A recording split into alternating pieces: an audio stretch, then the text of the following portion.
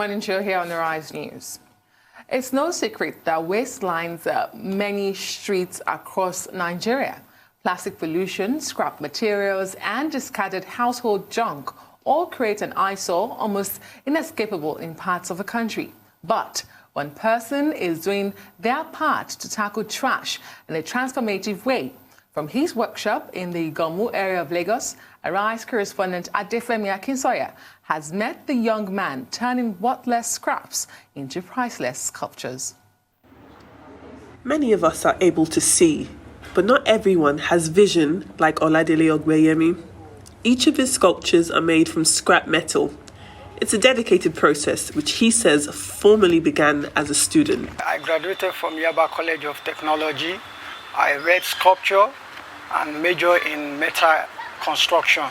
My journey so far on sculpture, I started in the year 2009. Before I extend my learning to Universal Studios of Arts to acquire more knowledge about sculpture. Oladele's workshop is in the Iganmu area of Lagos. Much like most of the state and indeed Nigeria, plastic pollution, scrap metals and other waste not only creates an eyesore on the streets, but also danger to the people in the community. Sometimes all these nails are on the floor and it can easily pierce into their leg and create some tension, rush them down to the hospital. Some of them cannot afford hospital, so the leg, it's always cause so many things around. So what I do is to pick up those objects from the roadside, pick them up to repurpose them into art and to recycle them, of course.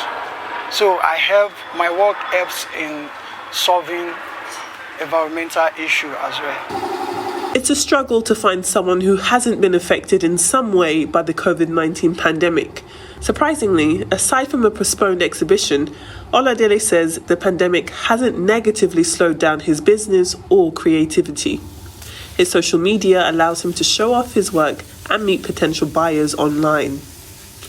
One thing that does pose a constant challenge, though, is electricity. Oladele says he spends 3,500 naira, the equivalent of about $10 daily, just to keep his generator running for 5 hours while he uses his equipment. Naturally, those costs add up. And when you add those to the days, months, and sometimes years it takes him to create these mesmerizing pieces of art, we just had to ask how much one piece goes for.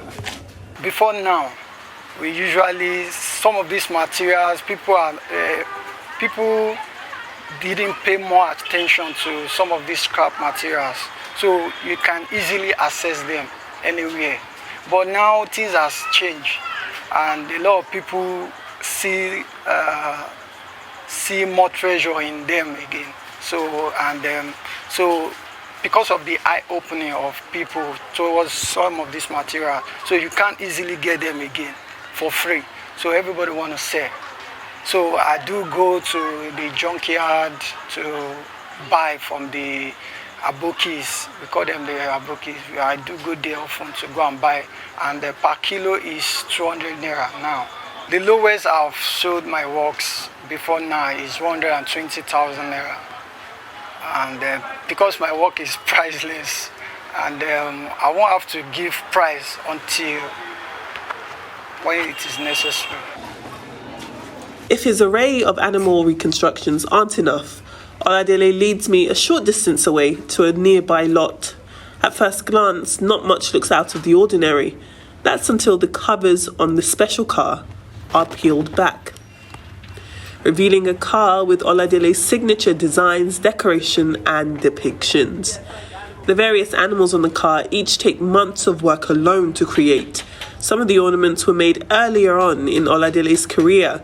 He says the eagle on the bonnet was made 4 years ago. And his love of music is also present in his designs and decoration. Well, this vehicle has gained Oladele even more popularity. He's hoping to unveil it on a massive platform right before the world's eyes. With the rest of his sculptures and indeed this car, he's hoping to take his art back to the future. Adefemi Akinsanya, Arise News, Lagos. Well, Adefemi Akinsanya there with another brilliant report about recycling, about turning waste to wealth. Adefemi, are you with us? Congratulations on this brilliant report. Thank you. Good morning, Dr. Ruben. Good morning, Adesuwa. Good morning, Rufai. Good morning. Well, for you, how significant is this? What Oladele is doing and how other persons can turn waste to wealth, which is an important way of creating jobs, of getting profit from waste, and also creating jobs.